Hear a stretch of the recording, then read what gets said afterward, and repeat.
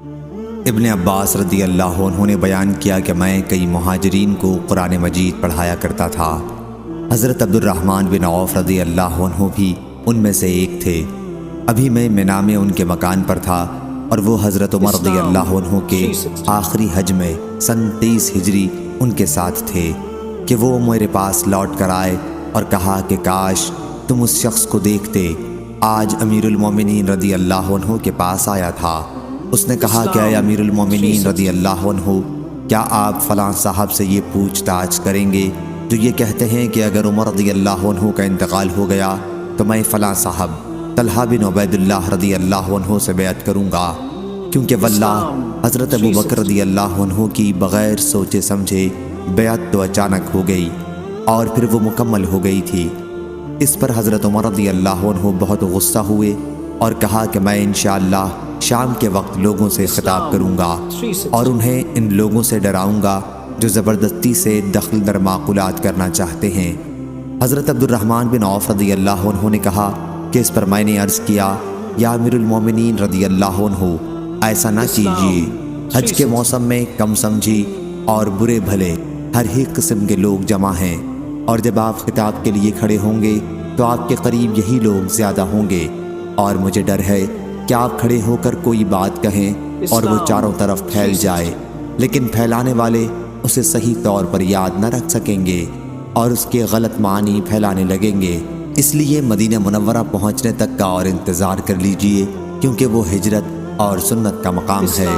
وہاں آپ کو خالص دینی سمجھ بوجھ رکھنے والے اور شریف لوگ ملیں گے۔ وہاں آپ جو کچھ کہنا چاہتے ہیں اعتماد کے ساتھ ہی فرما سکیں گے، اور علم والے آپ کی باتوں کو یاد بھی رکھیں گے اور جو صحیح مطلب ہے وہی بیان کریں گے۔ حضرت عمر رضی اللہ عنہ نے کہا ہاں اچھا، اللہ کی قسم میں مدینہ منورہ پہنچتے ہی سب سے پہلے لوگوں کو اسی مضمون کا خطبہ دوں گا۔ حضرت ابن عباس رضی اللہ عنہ نے بیان کیا کہ پھر ہم ذی الحج کے مہینے کے آخر میں مدینہ منورہ پہنچے۔ جمعہ کے دن سورج ڈھلتے ہی ہم نے مسجد نبوی پہنچنے میں جلدی کی، اور میں نے دیکھا کہ سعید بن زید بن عمرو بن نفیل ممبر کی جڑ کے پاس بیٹھے ہوئے تھے۔ میں بھی ان کے پاس بیٹھ گیا، میرا ٹخنا ان کے ٹخنے سے لگا ہوا تھا۔ تھوڑی ہی دیر بعد میں حضرت عمر رضی اللہ عنہ بھی باہر نکلے۔ جب میں نے انہیں آتے دیکھا تو سعید بن زید بن عمرو بن نفیل رضی اللہ عنہ سے میں نے کہا کہ آج حضرت عمر رضی اللہ عنہ ایسی بات کہیں گے جو انہوں نے اس سے پہلے خلیفہ بنائے جانے کے بعد کبھی نہیں کہی تھی، لیکن انہوں نے اس کو نہ مانا اور کہا کہ میں تو نہیں سمجھتا کہ آپ کوئی ایسی بات کہیں جو پہلے کبھی نہیں کہی تھی۔ پھر حضرت عمر رضی اللہ عنہ ممبر پر بیٹھے، اور جب مؤذن اذان دے کر خاموش ہوا تو آپ کھڑے ہوئے اور اللہ تعالیٰ کی حمد و ثنا اس کی شان کے مطابق کرنے کے بعد فرمایا اما بعد، آج میں تم سے ایک ایسی بات کہوں گا جس کا کہنا میری تقدیر میں لکھا ہوا تھا۔ مجھ کو نہیں معلوم کہ شاید میری یہ گفتگو موت کے قریب کی آخری گفتگو ہو، بس جو کوئی اسے سمجھے اور محفوظ رکھے اسے چاہیے کہ اس بات کو اس جگہ تک پہنچا دے جہاں تک اس کی سواری اسے لے جا سکتی ہے، اور جسے خوف ہو کہ اس نے بات نہیں سمجھی ہے تو اس کے لیے جائز نہیں کہ میری طرف غلط بات منسوب کرے۔ بلا شبہ اللہ تعالیٰ نے محمد صلی اللہ علیہ وسلم کو حق کے ساتھ مبعوث کیا اور آپ پر کتاب نازل کی۔ کتاب اللہ کی صورت میں جو کچھ آپ پر نازل ہوا ان میں آیت رجم بھی تھی۔ ہم نے اسے پڑھا تھا، سمجھا تھا اور یاد رکھا تھا۔ رسول اللہ صلی اللہ علیہ وسلم نے خود اپنے زمانے میں رجم کرایا، پھر آپ کے بعد ہم نے بھی رجم کیا، لیکن مجھے ڈر ہے کہ اگر وقت یوں ہی آگے بڑھتا رہا تو کہیں کوئی یہ نہ دعویٰ کر بیٹھے کہ رجم کی آیت ہم کتاب اللہ میں نہیں پاتے، اور اس طرح وہ اس فریضے کو چھوڑ کر گمراہ ہوں جسے اللہ تعالیٰ نے نازل کیا تھا۔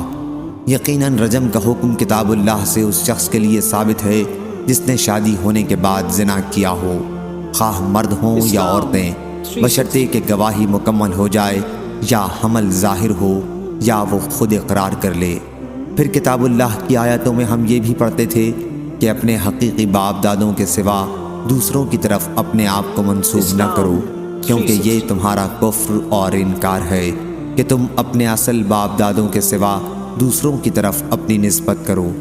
ہاں، اور سن لو کہ رسول اللہ صلی اللہ علیہ وسلم نے یہ بھی فرمایا تھا کہ میری تعریف حد سے بڑھا کر نہ کرنا، جس طرح عیسیٰ ابن مریم علیہ السلام کی حد سے بڑھا کر تعریفیں کی گئیں، ان کو اللہ کا بیٹا بنا دیا گیا، بلکہ میرے لیے صرف یہ کہو کہ میں اللہ کا بندہ ہوں اور اس کا رسول ہوں۔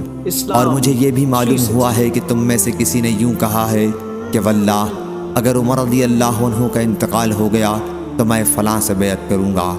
دیکھو تم میں سے کسی کو یہ دھوکہ نہ ہو کہ حضرت ابو بکر رضی اللہ عنہ کی بیعت تو اچانک ہو گئی تھی اور پھر وہ چل گئی۔ بات یہ ہے کہ بے شک حضرت ابو بکر رضی اللہ عنہ کی بیعت ناگاہ ہوئی، اور اللہ نے ناگہانی بیعت میں جو برائی ہوئی ہے اس سے تم کو بچائے رکھا۔ اس کی وجہ یہ ہوئی کہ تم کو اللہ تعالیٰ نے اس کے شر سے محفوظ رکھا، اور تم میں کوئی شخص ایسا نہیں جو ابو بکر رضی اللہ عنہ جیسا متقی خدا ترس ہو۔ تم میں کون ہے جس سے ملنے کے لیے اونٹ چلائے جاتے ہو؟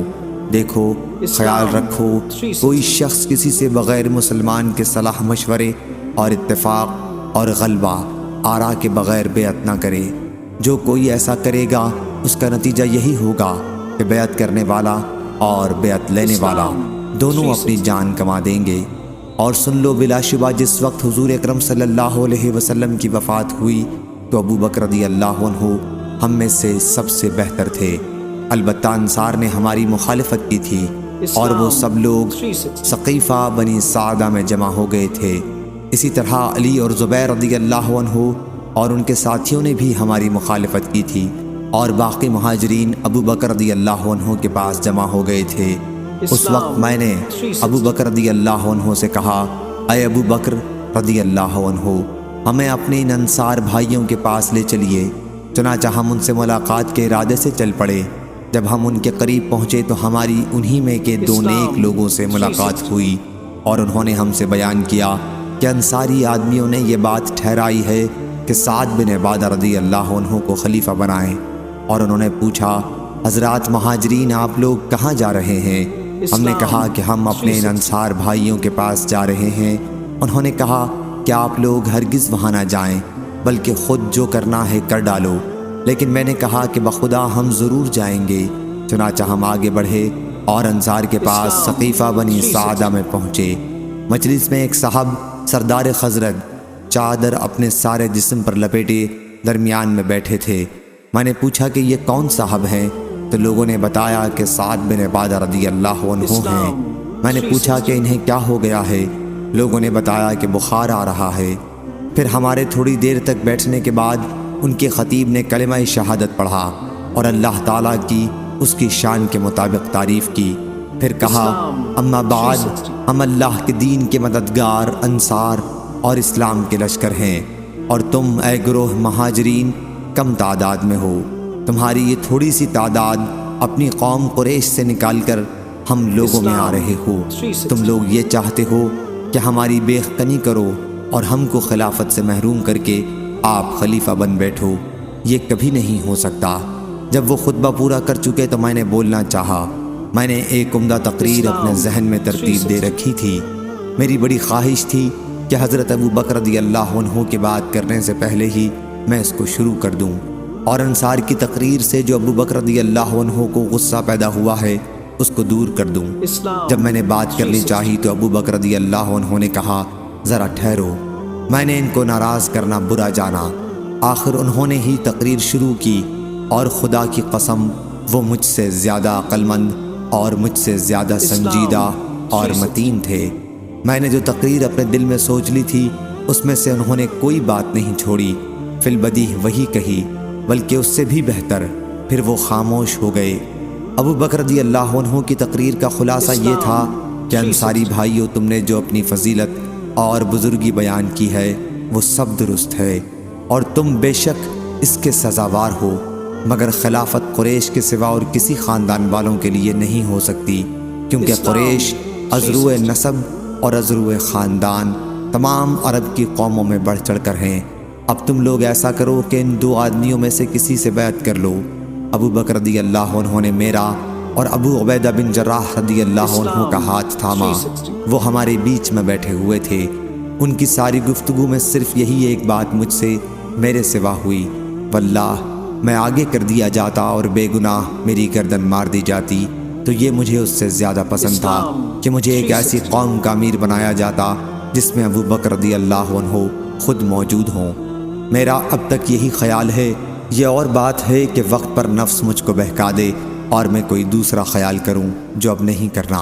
پھر انصار میں سے ایک کہنے والا حباب بن منظر یوں کہنے لگا، سنو سنو، میں ایک لکڑی ہوں کہ جس سے اونٹ اپنا بدن رگڑ کر کھجلی کی تکلیف رفع کرتے ہیں، اور میں وہ باڑ ہوں جو درختوں کے ارد گرد حفاظت کے لیے لگائی جاتی ہے۔ میں ایک عمدہ تدبیر بتاتا ہوں، ایسا کرو 2 خلیفہ رہیں، دونوں مل کر کام کریں، ایک ہماری قوم کا اور ایک قریش والوں کا۔ مہاجرین قوم کا اب خوب شور و غل ہونے لگا، کوئی کچھ کہتا کوئی کچھ کہتا۔ میں ڈر گیا کہ کہیں مسلمانوں میں پھوٹ نہ پڑ جائے۔ آخر میں کہہ اٹھا، ابو بکر رضی اللہ عنہ اپنا ہاتھ بڑھاؤ۔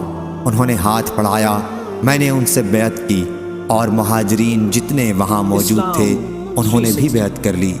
پھر انصاریوں نے بھی بیعت کر لی۔ چلو جھگڑا تمام ہوا، جو منظور الہی تھا وہی ظاہر ہوا۔ اس کے بعد ہم حضرت سعد بن عبادہ رضی اللہ عنہ کی طرف بڑھے، انہوں نے بیعت نہیں کی۔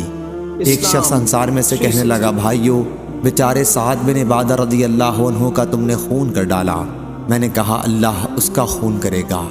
حضرت عمر رضی اللہ عنہ نے اس خطبے میں یہ بھی فرمایا، اس وقت ہم کو حضرت ابو بکر رضی اللہ عنہ کی خلافت سے زیادہ کوئی چیز ضروری معلوم نہیں ہوتی، کیونکہ ہم کو ڈر پیدا ہوا کہیں ایسا نہ ہو ہم لوگوں سے جدا رہیں اور ابھی انہوں نے کسی سے بیعت نہ کی ہو، وہ کسی اور شخص سے بیعت کر بیٹھے، تب 2 صورتوں سے خالی نہیں ہوتا، یا تو ہم بھی جبراً اور قہراً اسی سے بیعت کر لیتے یا لوگوں کی مخالفت کرتے، تو آپس میں فساد پیدا ہوتا، پھوٹ پڑ جاتی۔